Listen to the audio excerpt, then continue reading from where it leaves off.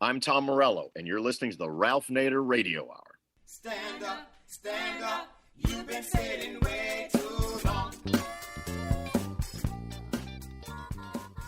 Welcome to the Ralph Nader Radio Hour. My name is Steve Scrovan, along with my co-host David Feldman. Hello, David.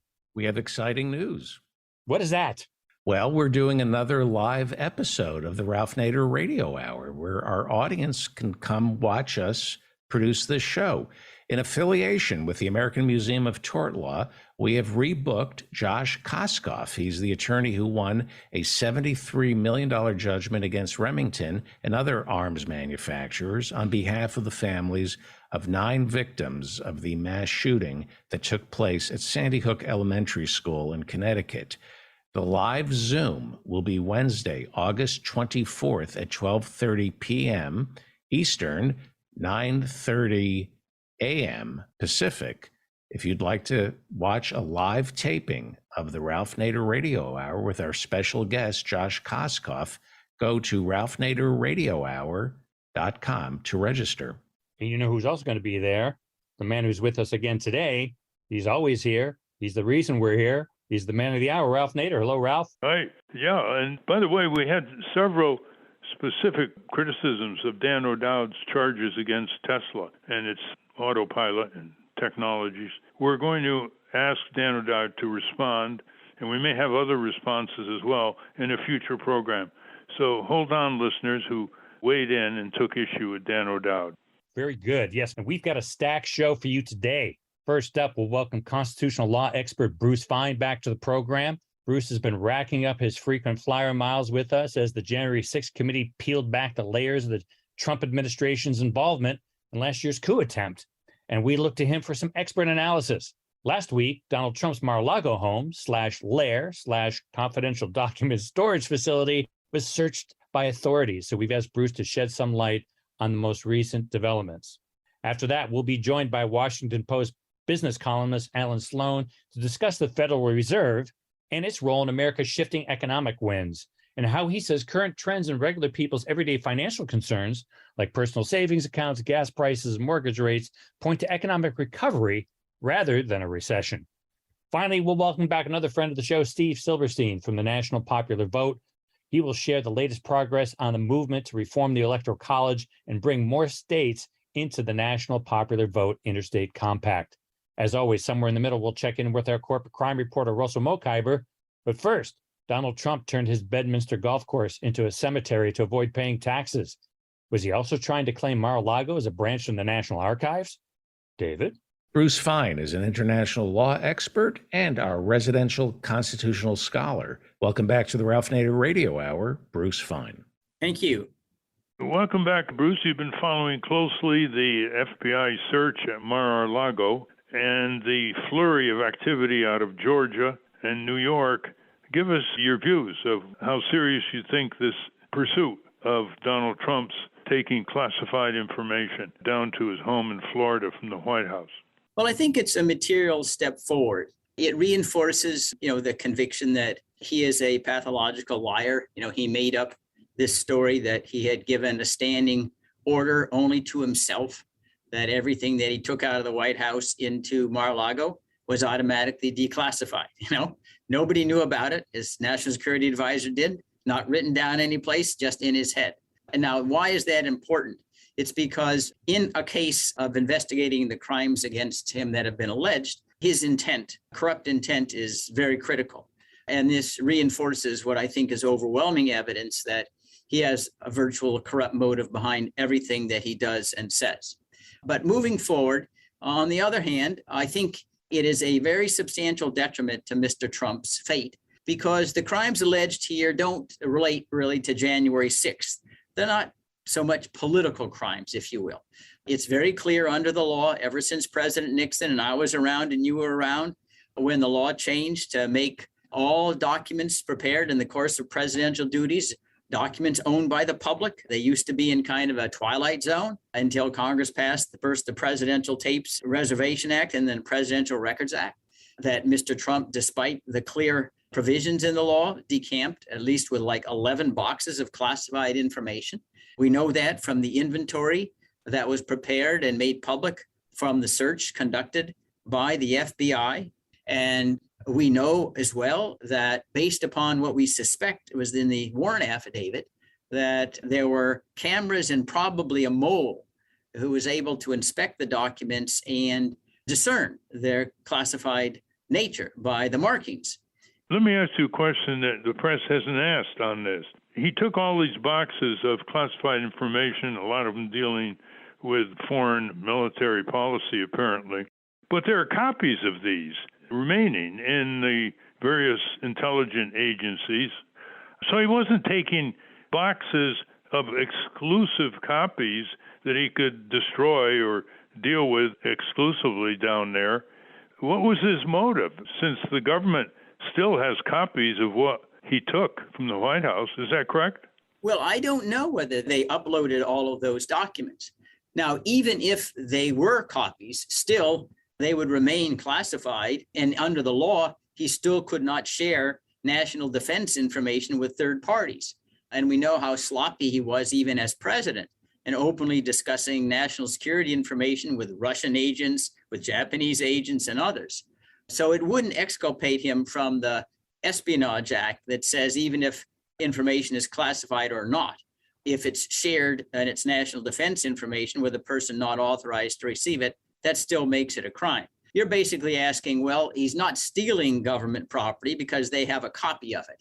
But I don't believe, if you look at the search warrant, the crimes that are listed are not related to theft of government property. Say it's sharing national defense information, obstructing or destroying a presidential document, and the third one relating to obstruction of justice. And that may relate to Roger Stone and his pardon. That's somewhat difficult to deduce. But I do believe that the crime of destroying or mutilating presidential documents indicates that the government officials believe some of the documents he took were not copied and left behind in United States files or in the National Archives. That's why they were asking for them. Because there is testimony from his close associates in the White House in the latter days of his administration that he would tear up classified documents. He'd flush some down the toilet. Isn't that what happened? Well, we know certainly that happened with regard to some of the documents. Yes, he did destroy them there. And I think Maggie Haberman of the New York Times recent book has photos that corroborate his name on documents that were pulled out of the toilet. Had to actually call the plumber. So it is notorious. These are Trumpers who have stated that, yes, he tore up presidential documents, mutilated them. And that's clearly a crime under the federal code. So I think that he's in trouble because it's very difficult to claim that classifying information and sharing nuclear secrets is a partisan issue. I don't think anybody would like to share nuclear secrets with many of these crazy governments abroad. And that's why this is, I believe, going to show a strong setback to Mr. Trump, especially if all or part of the what we call the warrant affidavit that sets forth the information establishing probable cause to believe these three crimes occurred is unsealed. We don't know whether that is going to happen. My own view is that the judge probably will have some information redacted, probably the names of the people who are close to Trump, who revealed some information about the documents that were classified to the government, perhaps some other things to be redacted. But if you can redact the Mueller report, you can redact a search warrant affidavit and let the remainder go to the public. And what's the Georgia connection here? Well, the Georgia connection in some sense is distinct in that it focuses on voter fraud, not classified information.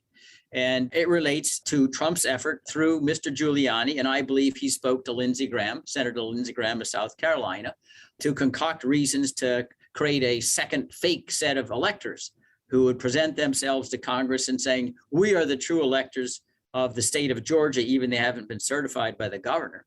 And also efforts that were made to flip the vote count after it had been concluded. And I believe in Georgia, they've recounted the votes like 5 times. And I think in some of the recounts, they're exactly the same as the previous ones. And these are recounts conducted by hard right Republicans, not Code Pink. But nevertheless, we heard the telephone call between Mr. Trump and the Secretary of State, where he was urging him to find 11,000 new votes. You can find that, they're going to be trouble.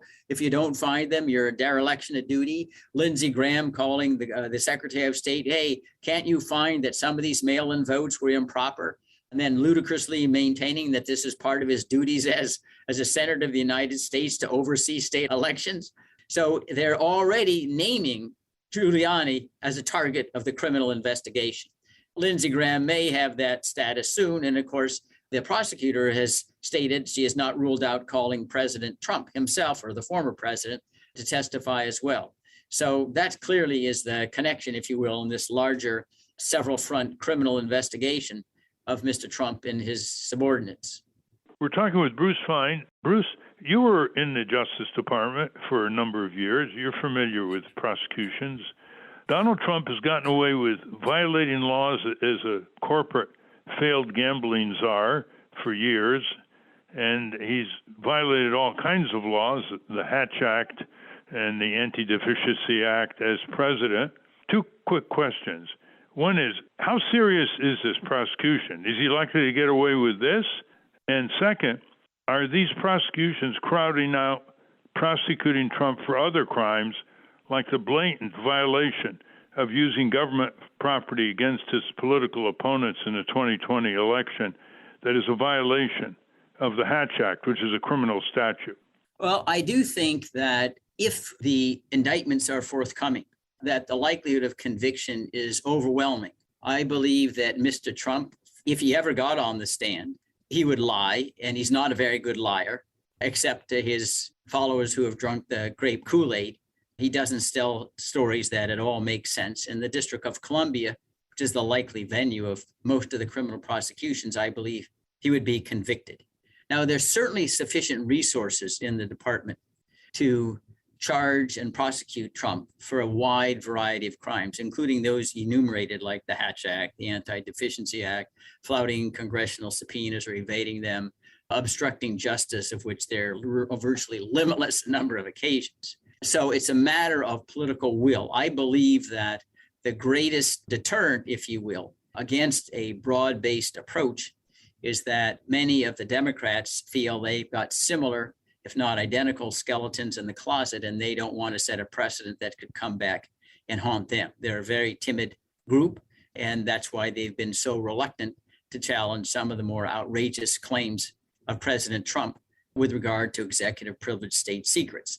And let me underscore as well, the Biden administration now and Merrick Garland have now been in office for what we're approaching, the 2-year interval. There is outstanding an Office of Legal Counsel opinion that says you cannot indict or prosecute a sitting president. There is no, I believe, textual or historical support for such a view that the king can do no wrong as long as he's king.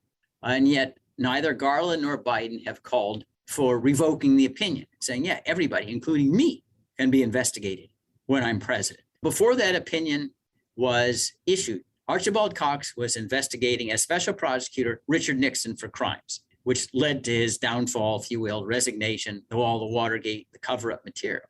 There's no indication that Archibald Cox and the government couldn't function while the president was exposed to criminal liability while in office. So it's shocking to me that the Democrats have not repealed and issued a revocation of this outlandish OLC opinion. You worked in the Office of Special Counsel, right? Yeah, I was in the Office of Legal Counsel, and I tell you, we didn't issue those opinions, Ralph. We went over to the White House, I remember, on several occasions and said, Mr. Nixon, you can't do this. This is illegal. He wanted, to, for example, to have a federal defamation law. Said, wait, there's no authority to do that. That's state law. He thought the press was really bad. We would say the president can't do things. And then it turned and flipped, and now, John Yoo, who I've debated on several occasions before COVID, would say, oh, my client is never wrong.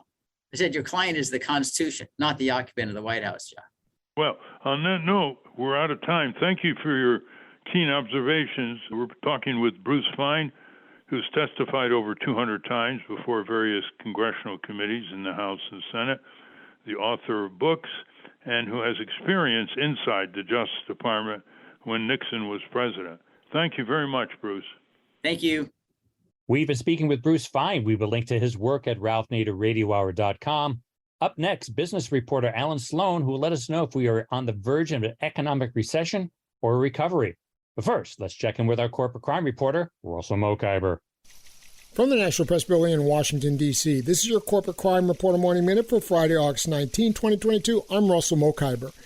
Senator Kyrsten Sinema, the Arizona Democrat who single-handedly thwarted the party's longtime goal of raising taxes on wealthy investors, received nearly $1 million over the past year from private equity professionals, hedge fund managers, and venture capitalists whose taxes would have increased under the plan. That's according to a report from the Associated Press. For years, Democrats have promised to raise taxes on such investors who pay a significantly lower rate on their earnings than ordinary workers. But just as they closed in on that goal last week, Sinema forced a series of changes to her party's $740 billion election year spending package, eliminating a proposed carried interest tax increase on private equity earnings. For the Corporate Crime Reporter, I'm Russell Mokhiber. Thank you, Russell. Welcome back to the Ralph Nader Radio Hour. I'm Steve Scrovan, along with David Feldman and Ralph. What's going on in the economy? What's going on with the Federal Reserve? This fall, are we in for a recession or a recovery? David? Allan Sloan is a business columnist at the Washington Post. He's been writing about business for more than 50 years, including work at ProPublica, the Detroit Free Press, and Forbes. He has won 7 Loeb Awards, business journalism's highest honor, in 4 different categories, including a Lifetime Achievement Award. Welcome to the Ralph Nader Radio Hour, Allan Sloan. My pleasure to be here with all of you. Thank you for coming on again, Alan. Listeners should know that we're going to get answers to questions that I have put to the Federal Reserve and gotten no answers, because Alan writes about how policies in our economic realm can affect regular people positively and get them something resembling an adequate income. Here's the basic question. I want to lay the predicate, Alan. Chairman Powell kept pulling down interest rates, saying this is going to increase economic activity and be better for everybody. But he ignored over 150 million savers by, in effect, stripping them of any income other than 0.1% or 0.2% interest with his policies. In addition, he didn't do anything about the skyrocketing interest rates for student loans, payday rackets, and the unpaid balances on credit cards, among other things, including auto loans. The home mortgage rates did go down with his low interest or zero interest rate policies, but all these other tens of millions of Americans were still being hit with unconscionable interest rates, especially since the usury laws were mostly abolished in the states in the 1970s. So here's the first question. Since corporations are loaded with capital and with all the trillions of dollars of stock buybacks, they really don't need exceptional lower interest rates to invest. They would invest years ago in productive activities paying 4, 5, 6% interest. They really didn't need interest rates to go from 4%, 3%, 2%, and drastically under 1%. So can you enlighten us, Allan Sloan, on all this? Because my letters to Chairman Powell have all gone unanswered. All right. This may be one of the first times in my career that I'm going to actually defend the Federal Reserve. I hope you're not offended, Ralph, and don't decide you need another guest for this segment. But it's like this. The rates went down to zero when COVID struck, right? And they knocked the rates down to zero, and they wanted to stimulate the economy. They wanted to do this, and they wanted to do that. But the Fed, in many ways, is a paper tiger, or maybe a financial tiger. The only thing it has, really, is interest rates. It doesn't control student loan interest. It controls certain short-term interest rates. And in fact, the long-term interest rates are moving, without boring everybody, they're moving in the opposite direction. The Fed is raising short rates, and long-term interest rates in Treasury securities are falling. The Fed isn't all-powerful and almighty. It can't fix people's student loans. If you want that fixed, go talk to Biden and his crew, to abolish them or reset the interest rate. The Fed is just not all-powerful. It does what it can do. You can argue about it, a whole lot of ways. Friends of mine say the Fed should have raised rates long ago. which might have helped hold down inflation.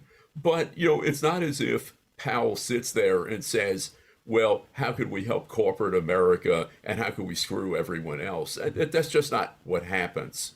I'm sorry to disappoint you, Ralph, but that's my answer. Well, no, you're right. They don't have the authority to deal with payday loan rackets up to 400% interest or student loan or unpaid balances. But they have inside of them the Consumer Financial Protection Bureau, and I know they can't interfere.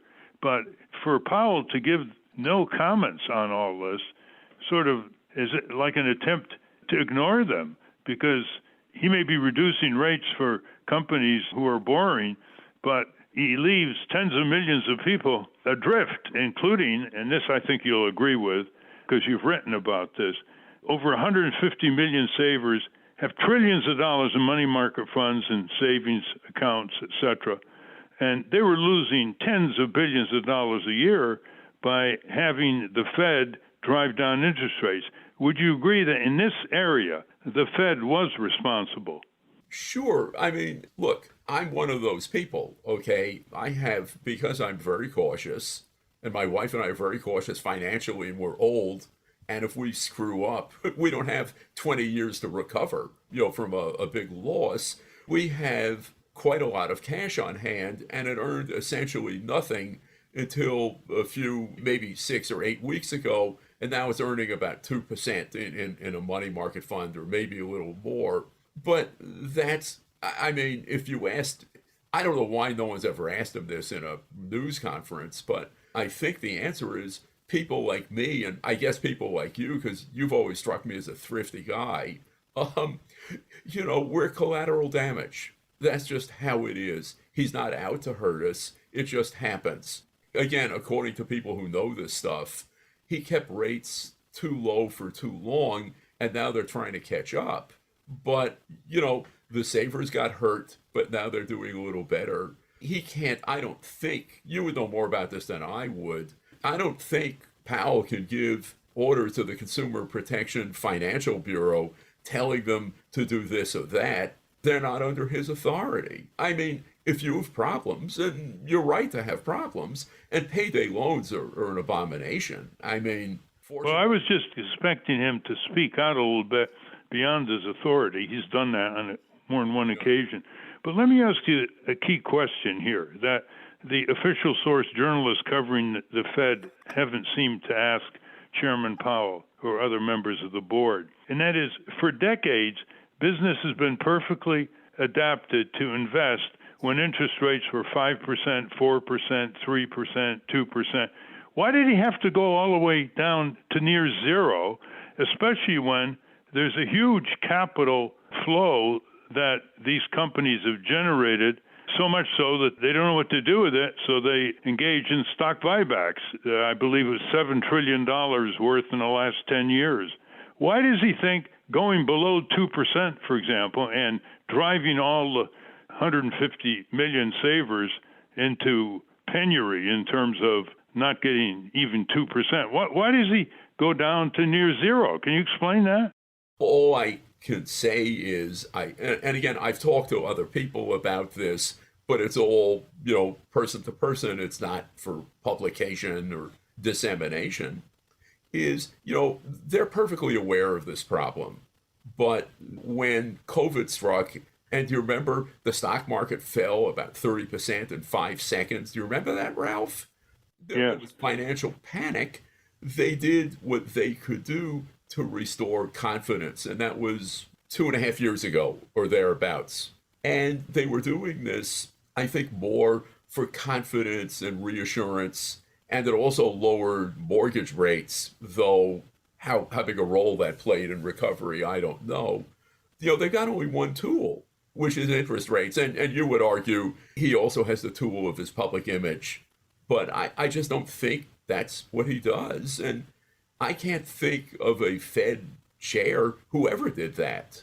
I'm not saying they shouldn't have. Ralph, do you remember the last time a Fed chair spoke in public about social justice and helping savers? I don't know. I just don't remember. I don't remember ever hearing it at all. Well, they do have a role in sustaining employment, and he's talking a lot about workers' well-being when he describes his own policies. We're talking about Chairman Powell of the Federal Reserve. They do have one other tool. It's euphemistically called quantitative easing, which means, which you've written about a lot, which means that the Fed prints money and buys trillions of dollars worth of government bonds and other corporate paper, as they call it. Tell us about that. I mean, what was the purpose of that other than juicing the stock market? And how high can the balance sheet of debt of the Fed go without something happening? You can't keep printing money forever. Give us your views on that, Allan Sloan. Again, quantitative easing is, you're right, it's printing money by the ton and dumping it in. That's quantitative easing. But, since I don't have a PhD in economics, I can only speak English. I have no degree in economics. He was doing what he was trying to do to restore confidence and stuff like that. They've also, by the way, when interest rates were zero or almost zero short-term rates, companies scarfed up zillions of dollars of the stuff.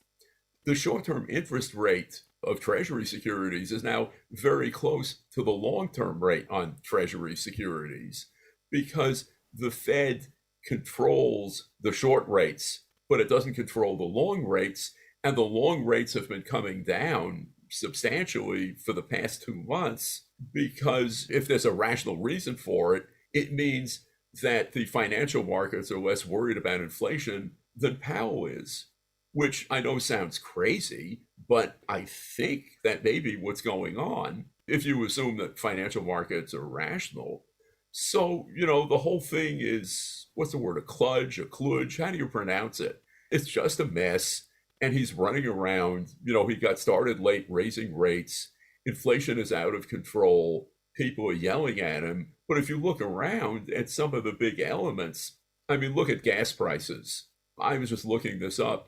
Gas prices, which, by the way, peaked about, I think, on June 14th, according to AAA, they're down more than 20% from June 14th to now, the price of a gallon of regular gas. At the same time, that interest rates on short-term borrowings that corporations do have gone up substantially, and the interest yields on long-term securities have fallen. This isn't what's supposed to happen, but that's what's happening. And I've always thought that, giving the Fed, credit and, for the good things and blaming them for all the bad things, I always thought it was sort of childish because when you're writing stories, and you're writing them every day, I guess every result, every action has to have a reason. And there are a lot of times there is no reason. Stuff is going up because it's going up. It's going down because it's going down. But, nobody wants to hear this. Everybody wants a rational reason for everything. Steve, David, do you have any questions for Allan Sloan? As we head into the fall, do you think we are headed toward recession or recovery? My bet is recovery. And in fact, if you read something I wrote recently, I sat and looked at my schedule of events, realized that the gross domestic product numbers were coming out and they were going to show a decline in the gross domestic product after adjusting for inflation, and that everyone in the world, except maybe me, everyone in the journalistic world, would write about, gee, there have now been 2 quarters of shrinking GDP. We're in a recession. And the thing is, I actually went and talked to a guy who is in charge of deciding whether or not we're in a recession. And, his definition of a recession, which is the National Bureau of Economic Research's definition, includes all sorts of things we haven't seen. It includes rising unemployment. It includes other things. I don't think we're in a recession. I don't think we're heading for one, but I don't pretend to know. I just know that all the people who declared, well, it's been 6 months of declining inflation-adjusted gross domestic product, therefore it's a recession, I don't think they have any idea what on earth they're doing or talking about, but it makes for a good soundbite and it fills up columns, but not mine. Allan, before we leave, I just like your general comments on corporate welfare, which is really out of control. You remember the days when there was a tremendous debate in Congress for a $250 million guarantee for Lockheed Corporation? And now, it's just like government guaranteed capitalism. Here's $52 billion for the chip manufacturers. Here's $6 billion for the nuclear industry in Georgia and so forth. Do you think it's out of control? I mean, what's your view on that? I don't like a lot of the programs that shower money on companies. On the other hand, something Trump did, which surprised me, actually worked, of showering money on companies to make COVID vaccines. Right? That actually turned out very well for hundreds of millions of us. But, you have to take each one separately. You guys are big picture guys. I'm a small picture guy. I try to look at this company or this program or this or this that. I'm down in the valley. You guys are up on the mountains. You have a better view than I do. Well, let's look at the bailout of Wall Street. I mean, these big banks are really too big to fail. What's your view of that? Break them up under the antitrust laws so they're not too big to fail, or just have a government guarantee? Well, the last time around, when was this? 2008, 2009, Ralph, the last time the Treasury actually did something intelligent, and it took in return for making these loans, it got very substantial pieces of stock and, what they call options, pieces of the right to get certain large amounts of stock in these banks for almost nothing. And when everything in the end got sold, it turned out the taxpayers had made a profit on the bailout. That's the kind of thing I would do. Again, you want a government guarantee, give me something. Give me the taxpayers something. Give me a piece of the action. Do this, do that. To me, that's a lot simpler. Yeah, that was done in the GM and Chrysler bailout. The government got stock. Actually, at one point, the U.S. government owned 60% of General Motors. They didn't quite get their investment back, but it was better than these giveaways that are a one-direction disgorgement of taxpayer funds for corporations who keep doing it again and again. The airlines had $45 billion in stock buybacks in the few years before the COVID hit, and then they demanded $51 billion in bailout. And so this keeps going on. It's sort of part of a business model now. And your approach is, okay, if you're going to get bailed out, the government is going to own a big chunk of you in terms of shares. So if you recover, the government gets significant payback. Is that your point? That is my point. If I were in charge, God forbid, of this, that's how I would do it. Of course, I might have gotten on their case earlier about the buybacks, but that's a whole other story for a whole other show and a whole other set of people. Well, we're out of time. Thank you very much. We've been talking with Allan Sloan, regular columnist in the Washington Post and writes for other outlets as well. And thank you very much for your insights, Allan, and keep going. Thank you for having me on your show, Ralph. You take care now. We've been speaking with Allan Sloan. We will link to his work at ralphnaderradiohour.com. Stand up, you've been sitting way too long. Up next, Steve Silberstein joins us with an update on the National Popular Vote Interstate Compact. David? Steve Silberstein serves on the board of directors of National Popular Vote. Welcome back to the Ralph Nader Radio Hour, Steve Silberstein. Thank you. It's a pleasure to be here.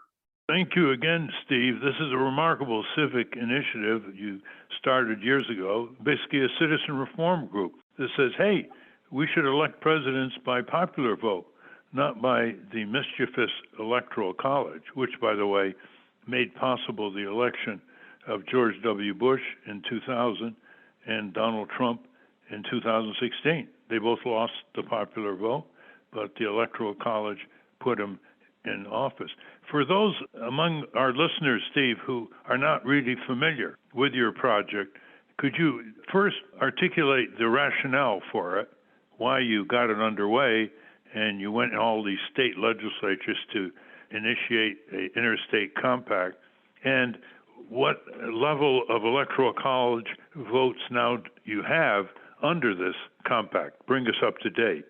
Yes, thank you. So the reason I got started on this with a few other people is that we all believe that the person who gets the most votes should win the election. So that should apply to every election, including the presidency. So as you know, we've had 5 times in our history when that has not happened, whereas the loser has been awarded the presidency.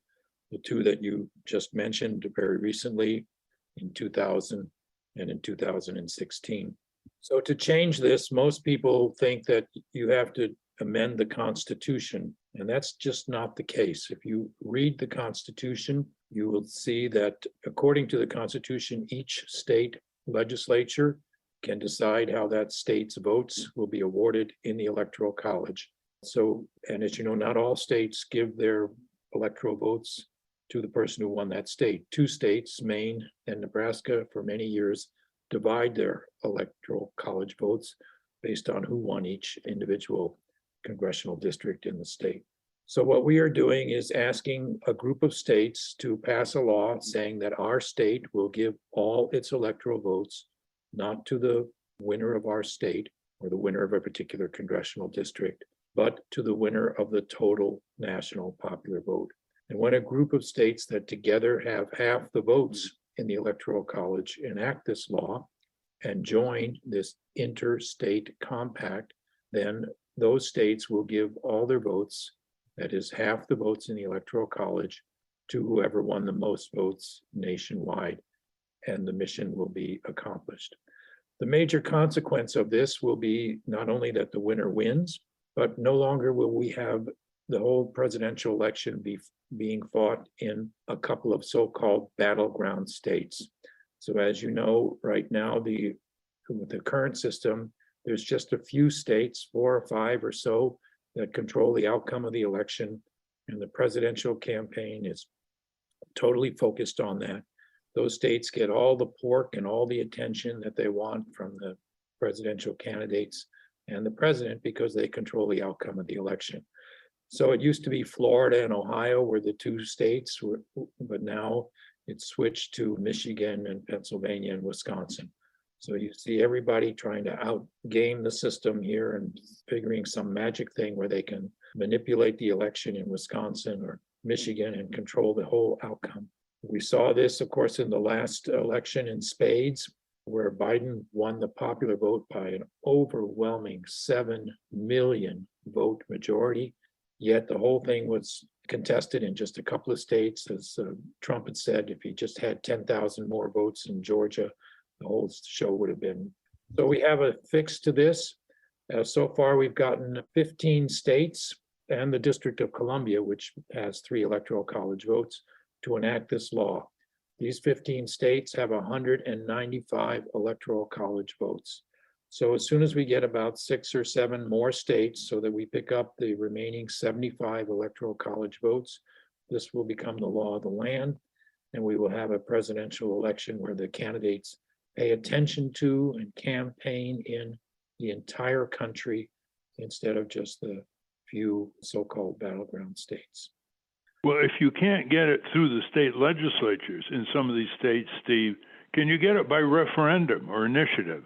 So not every state has initiative and referendum. So actually there's about only 17 or 18 states that allow initiatives and referendums. We could, and we thought about that, and we might, but the main focus is on the legislatures. As you know, Colorado, the legislature enacted the law, and then some people decided, let's undo the law, and they put a referendum on the ballot to undo the national popular vote enactment in Colorado. So there was a vote of the people of Colorado on that, and the people said, no, let the law stand. So Colorado, by popular vote throughout the entire state, the law stands that Colorado is a member of the Interstate Compact on this. And what about Michigan? So Michigan is another state that does have initiatives and referendums, and there is a possibility that we could do it there. As you know, there's been a lot of scandals in Michigan about signature gathering and so on. It's a very, very expensive proposition. The signature gathering operations are, or at least in the last year, have been quite corrupt by submitting all kinds of invalid signatures and so on. So it's a possibility, but we would prefer to get it in through the legislature.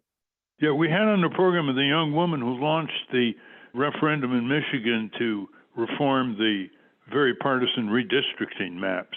And she actually won. She started with almost nothing and raised up to $15 million and beat the Republicans who fought it vigorously. This is about 3 years ago. It's just about going into effect for this election cycle. So there may be a possibility there. I have to ask you the same question I keep asking. Why isn't the official Democratic Party, national and state, making a big issue of this? They've lost 2 presidential elections in the last 20 years or so. And why aren't they backing what you're doing right down to the state legislative level, getting it in the media, putting some resources behind it? I really don't know why they're not making a bigger deal about it. But as you know, most of the Democratic officials are for this. The Democratic governors throughout the country, they have signed the bill to put it into law. Democratic legislators have voted for it. Republicans have also voted for it too. It has passed the Republican Senate in Oklahoma, the Republican House in Arizona, and so on. So why the party is not doing this, but when all the major party leaders are for it, I really don't know. Have you asked them formally? We have not asked them because we want to keep this nonpartisan, as it were. So, we ask the individuals and they agree. And we ask Republicans too, but we don't want to say that this only Democrats are for this, and then the Republicans say, well, we got. You have a wonderful map on your website where you show the progress, and listeners should really get onto that website. Can you tell us what the website is? Yes. So the website is nationalpopularvote.com. Nationalpopularvote.com. And tell us what kind of information. It's graphic as well as verbal. So it has a map of the United States and shows you the status of the legislation in each of the 50 states. Of course, shows you which ones have passed it and which ones it's passed one body of the legislature. There's all kinds of research and articles about it there. We also have all the reasons for it, and we respond on the website to all the reasons that people might come up with to oppose it. For example, that it actually requires a change in the Constitution. That's an argument people make, and we review that. We go through all the legal cases and the analysis and so on, so that's not the case. The other arguments that, maybe California would control the outcome of the election because so many people live in California. And that's not the case. If you look at the math, you go through the numbers. Of course, California has a heck of a lot of Republicans in there. It's a divided state. We think of it as a blue state, but it's divided. There are as many Republicans in California as there are in Texas. But even if you got every single vote in California, you'd still only have about 10% of the population, and 10% is not enough to win a presidential election. Well, you have enough states that have passed laws to join the Interstate Compact to reach 195 electoral college votes. You need to go to 270, and then things change. Then anyone who wins the popular vote nationwide becomes president, regardless of the Electoral College votes. The Electoral College will then award the presidency to the winner of the national popular vote. So when the Electoral College meets, at least 270 Electoral College votes, that is the majority, will go to the national winner. So the winner will be determined by the Electoral College, but the Electoral College will vote for whoever got the most votes in the country. And so what are the most likely states coming up that could bring it to 270? So there's Nevada, there's Maine, there's Minnesota, there's Virginia, there's Michigan, there's lots of states there. And in many of those states, it's already passed one body of the legislature. So we just got to get it through the other body. And do people who want to join this effort, can they get materials that they can pass out for meetings in various parts of the state to mobilize? Yes, they can. So on the website, there is a one-pager, as we call it, a one-page description of it. There's a 5-pager. In fact, there's a whole book about it that you can download for free. Of course, you can buy the book if you want at your bookstore or online through Amazon or Better Books. What's it called? The book is entitled Every Vote Equal. Every Vote Equal. Well, this seems to be a real grassroots invitation, listeners, and you would be well advised to look at recent history and see what we got from repudiating the popular vote. I think Al Gore won it by slightly over 500,000 before it was pitched into Florida and that vortex and irregularities and deceptions. And as you say, Trump lost the 2016 popular vote by about 3 million plus votes to Hillary Clinton. So this seems to be quite a consequential effort by you, Steve Silberstein. And I remind people that the major consequence, besides the winner winning, is that we will have a national campaign. The presidential candidates and the presidency will pay attention to every state. Every voter will be looked at, sought after and talked to, as opposed to the present system where 80% of the country is just spectators and wondering what the hell is going on in Wisconsin and Michigan. Is there a little bit of corruption or who knows what's... Right. And that's reflected in the presidential candidates not even going to all the 50 states or even close. They maybe go to 33 states. Democrats don't want to lose any time going to Texas or Alabama or Mississippi. And the Republicans don't want to go to Massachusetts, New York, or California. So the voters there are really marginalized. They're excluded from any kind of participation, going up to the candidates like they do in New Hampshire, attending debates in these states. It's getting just worse and worse in terms of the red state, blue state dividing line. And you say that the national popular vote will make the candidates want to go because it's the total vote that counts. So, for example, Donald Trump pretty much ignored California, but under national popular vote, he would spend a lot of time in California. And the same thing would be for Joe Biden, who didn't spend that much time in Texas or many of the southern states or the mountain states. What about this argument? Just before the popular vote kicks in, right after the election, one state doesn't like the result of the popular vote, and the state legislature pulls the plug, and they immediately revoke their participation in the interstate compact, and the governor signs it. What's your response to that? I've heard that being said. Yeah, so the law that the state passes has the state join an interstate compact. Okay, so this is a legal contract between the various states. And that contract, like all contracts, has a withdrawal provision. And it says if a state wants to withdraw, of course, their legislature could pass a law saying we're withdrawing, but they have to do it 6 months before the election. That is, the withdrawal period ends 6 months before the election. So this would be in about June of the election year.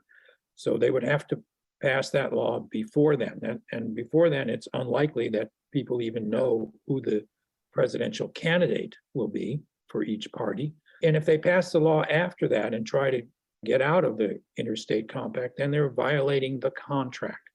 And as you know, contracts are sacrosanct. It's taken up to the Supreme Court. Can I withdraw from this contract at a time other than I agreed that I could withdraw from it, which was 6 months before the election?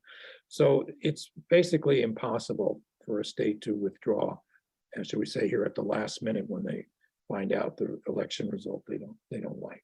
Actually, 6 months before the election is early April, so that's even more unlikely that they know who the candidates might be. And then, of course, when we go into this, it's quite possible that we'll have more than just the 270 electoral college votes. So we could have like 280, 290, something like that. And if we do, and some state were to withdraw, let's say way in April or whenever, it still wouldn't be enough to invalidate the contract because there'd be enough other states there. So there's various mechanisms to make sure. No doubt the challengers will try to take it all the way up to the Supreme Court, as they do on many other issues. But This is a project that you really have spent a lot of time and energy on, Steve, and it seems to have slowed down once you reach the 190 level. Do you see the closer you get to the 270, the more stringent the opponents are in the states that you're trying to win in order to go over 270? Yes, as this comes closer and closer, there'll be more people be more aware of it, and there'll be more fights. But on the other hand, we'll have the momentum going forward, and so we'll move it. So as you know, just recently there was a bill passed in Congress where the government can now negotiate for drug prices, for Medicare. It took 25 years for that to come about, and there have been fights and fights and fights, and I'm sure this last fight was as strong as ever, but it got done, and this will get done in the same way. Steve and David, do you want to pitch in here? This is quite exciting. Yeah, Steve, as I'm watching the January 6th hearings, I'm hearing all this stuff. We're hearing all this stuff about fake electors and different things going on in the different states. And what occurs to me as the world watches this is that we have this Rube Goldberg electoral system that no other country has, and it just kind of highlights how it can be taken advantage of. Well, yes, and I think these hearings and all these schemes that Trump has outlined, 5 or 6 or 7 of them, shows you how Rube Goldberg-y the system is. So as you know, right now, the worst part of it is if a candidate doesn't get a majority of the votes in the Electoral College, then the election, according to the Constitution, is thrown into the House of Representatives, where the House of Representatives chooses, but each state only has 1 vote. And that 1 vote is determined by whether or not that state has a majority of Democrats or Republicans in its delegation. So if that were ever to happen, you would have an extremely undemocratic election. So Wyoming would have an equal vote with California. Correct. That's correct. By the way, Steve, are there any candidates running for office on the Democratic Party ticket at the national, state, and local level that are talking about your national popular vote reform? Yes. So in the last presidential election, all of the Democratic candidates, Pete Buttigieg, Elizabeth Warren, and so on, endorsed the idea of a national popular vote and changing the way the Electoral College operates, as we described here, by having states pass this law so that the Electoral College awards the presidency to whoever gets the most votes. So, yes. David, before we conclude, and Steve gives the website again for interested listeners. And I might just add in here, after the election in 2016, when Trump was awarded the Electoral College vote, even though he lost the popular vote, as you said, by 3 million votes, Trump himself endorsed the idea of switching to a national popular vote. Of course, he claimed that he would win the national popular vote. And he said the difference is that he would campaign differently. And that's exactly the point. He would have campaigned differently. Yeah, he would have spent more time in California, he said. That's right. And, trying to woo voters as opposed to, manipulating the Electoral College. So even he, after, as I said, he lost the popular vote, said he was for it. Now, of course, it's changed his mind. He changes his mind all the time. So we don't know where he is from one moment to the next on this. David? Trump spending more time in California might be a reason for California to bow out of the compact. All right. Well, we've run out of time. Thank you. We've been talking with Steve Silberstein, who is one of the key founders of the National Popular Vote movement, which you've been hearing discussed in the last few minutes.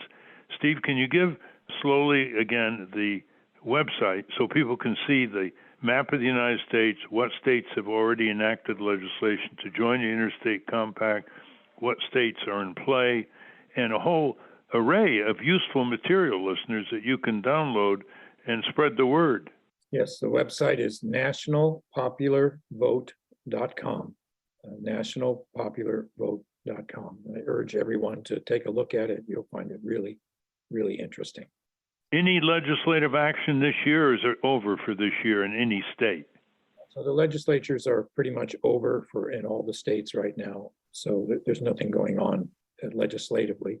We are, of course, talking to legislators all over the country now, to prepare for the next session. So, listeners, if you're from Nevada, Minnesota, Michigan, and the other states that Steve mentioned, you've got a few months to lay the groundwork before they come back into session in January of 2023. Thank you very much for all that work you've done, Steve, and all your associates who have hung in there year after year to get this reform accomplished. Yes, well, thank you. And thank you, Ralph, for all your work on many, many issues. We all are deeply indebted to you for that. Thank you. Thank you, Steve. You're welcome.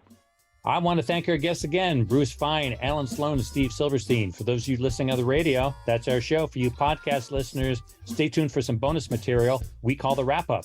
A transcript of this program will appear on the Ralph Nader Radio Hour website soon after the episode is posted. Subscribe to us on our Ralph Nader Radio Hour YouTube channel.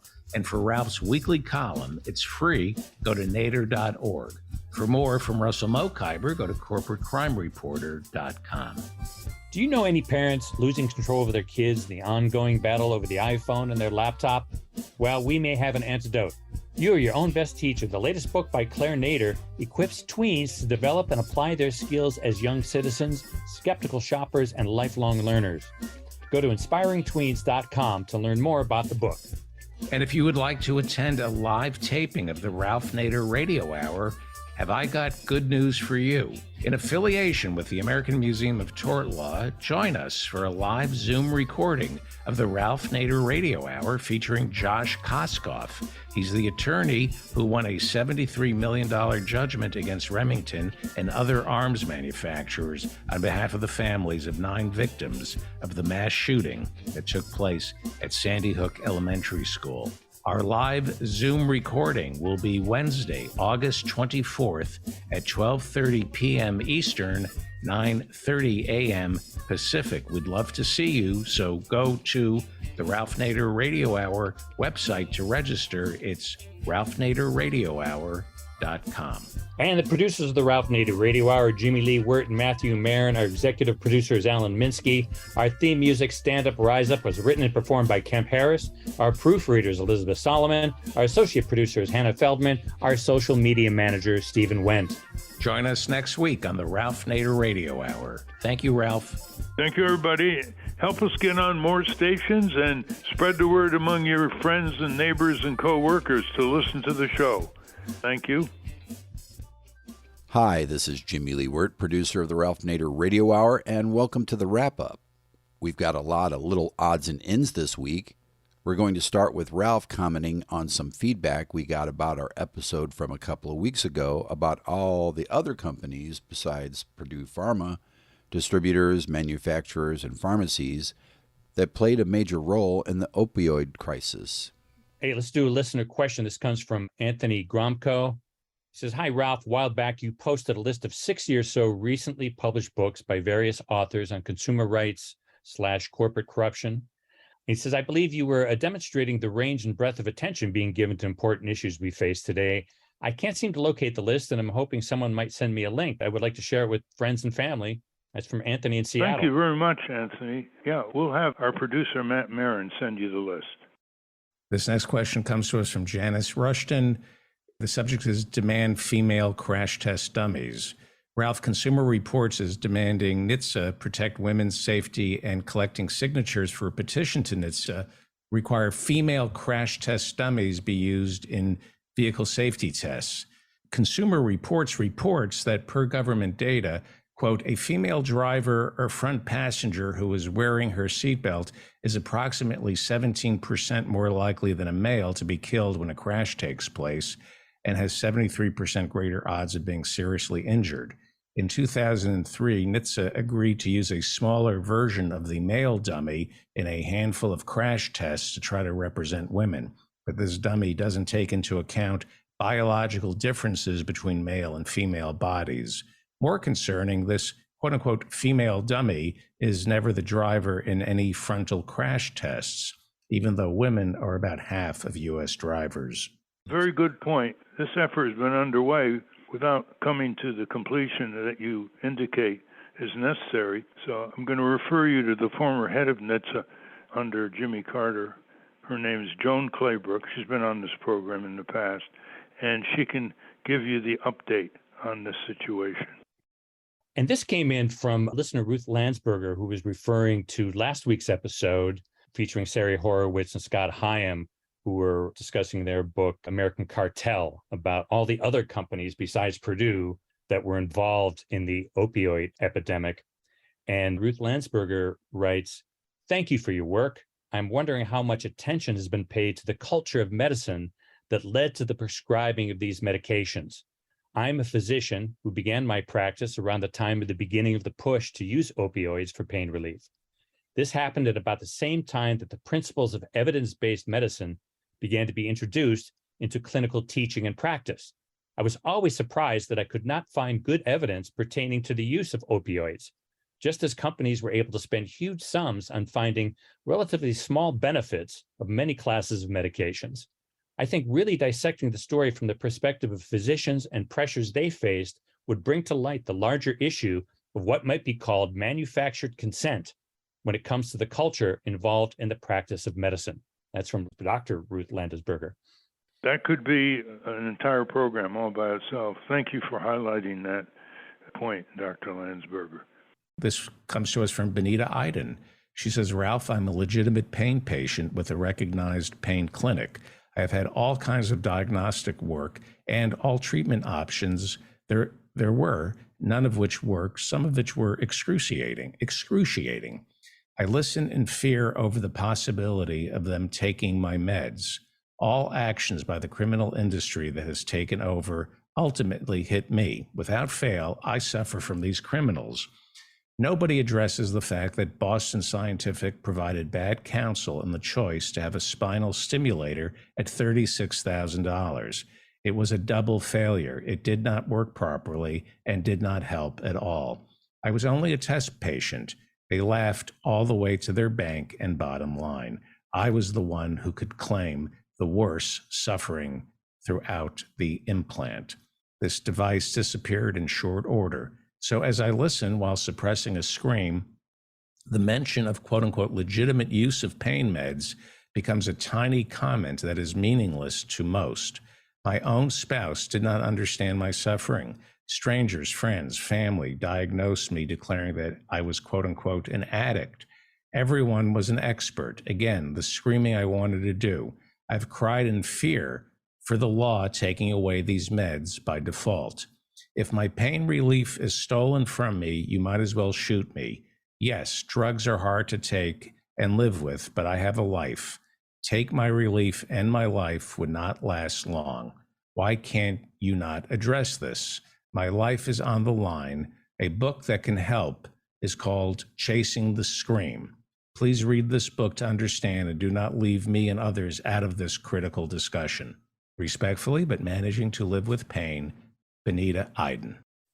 Thank you, Bonita, for your heartfelt observation. That's one reason I kept asking the authors to give us their understanding of the demand side by pain-afflicted people in this opiate situation. One of the feedbacks we got was by Robin Cash saying that they never answered my question as to what sort of pain is drug use addiction addressing. Well, I think one of the reasons is they didn't really know how to answer that question. That wasn't part of their investigation. They were focusing more on the supply side and the corporate crooks. Next, Hannah has another constitutional question for Bruce Fein.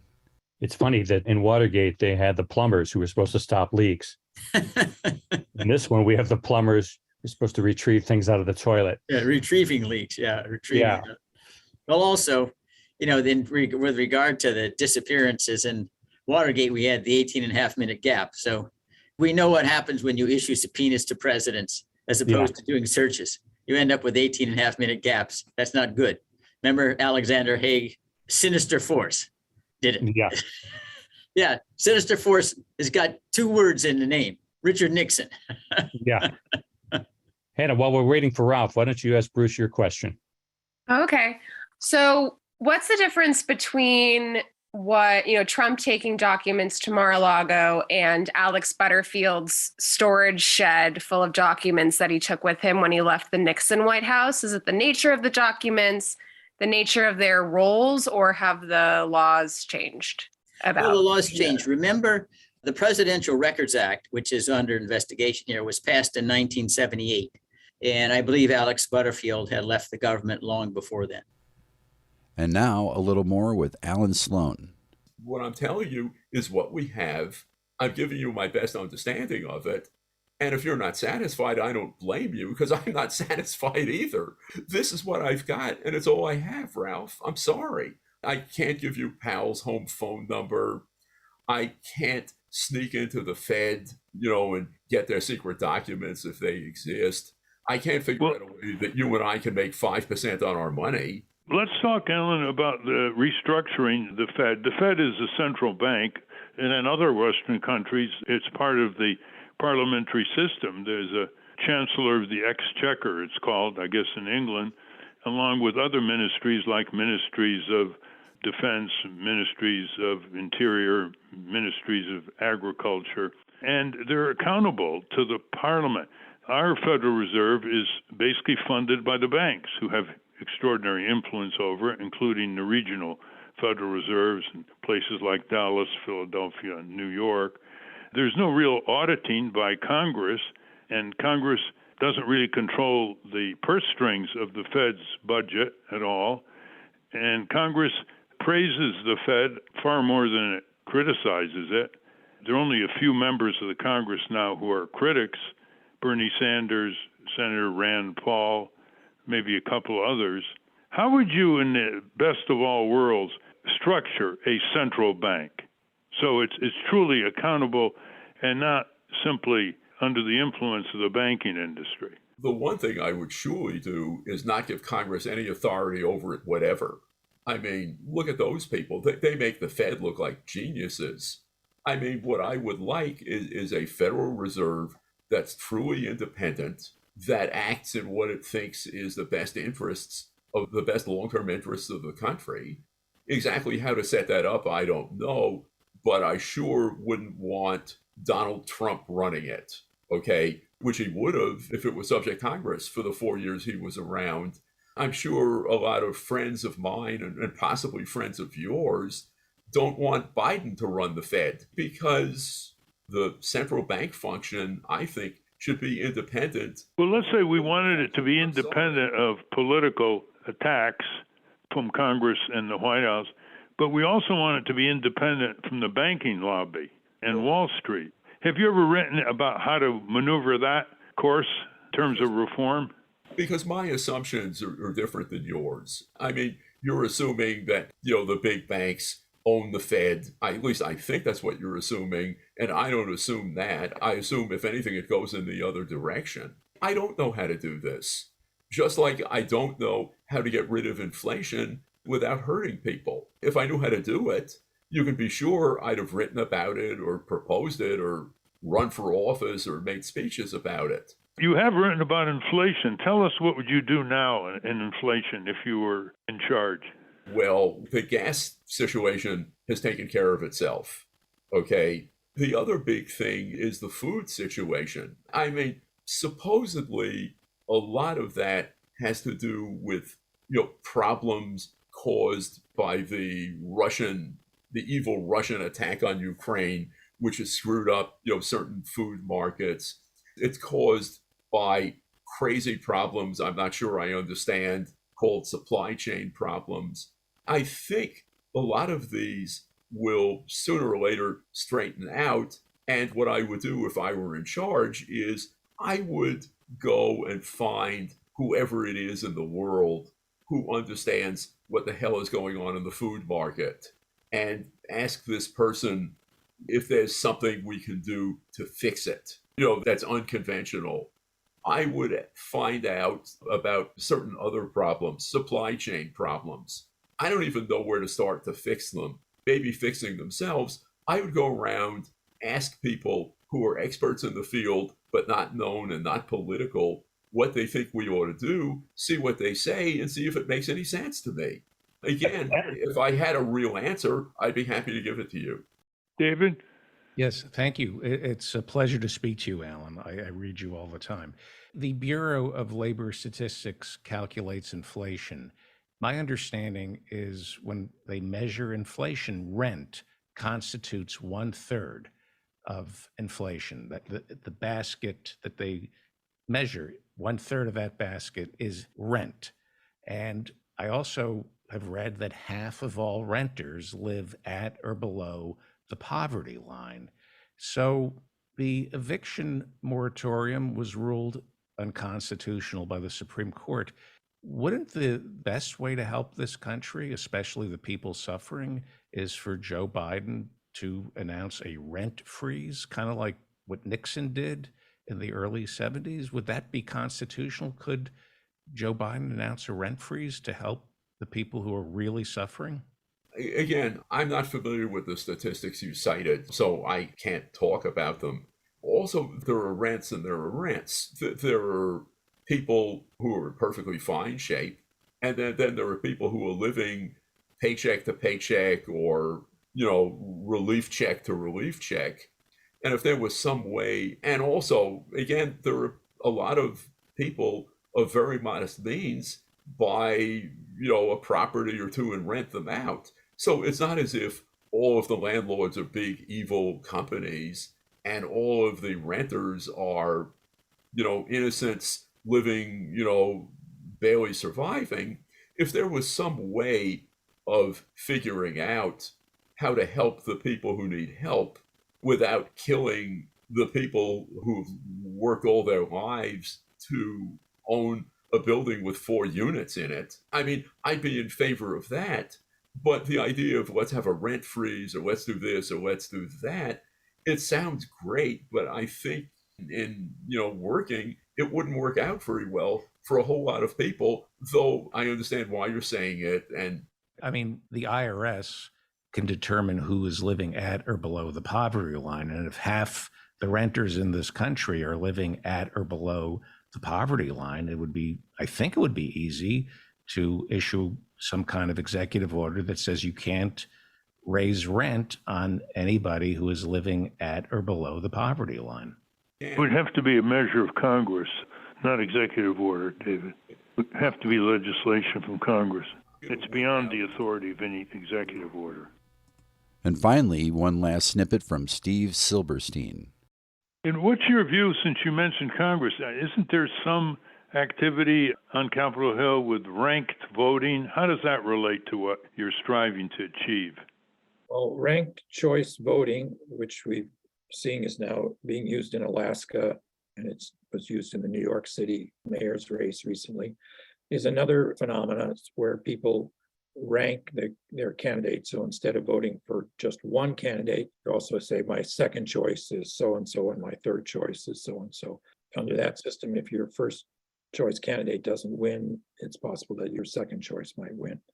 So that's being implemented in the state of Maine, and that's totally compatible with the national popular vote. There's no problem with that. If the state wants to change, offer people the option of ranking the candidates as opposed to just choosing one or none. And that's a wrap. Join us next week on the Ralph Nader Radio Hour. It will be a live Zoom episode featuring Josh Koskoff, the attorney who won a $73 million judgment against Remington and other arms manufacturers on behalf of the families of 9 victims of the mass shooting that took place at Sandy Hook Elementary School. The live Zoom will be Wednesday, August 24th at 12:30 p.m. Eastern, 9:30 a.m. Pacific. Go to ralphnaderradiohour.com to register. We hope to see you there. Until next time. Stand up, you've been saying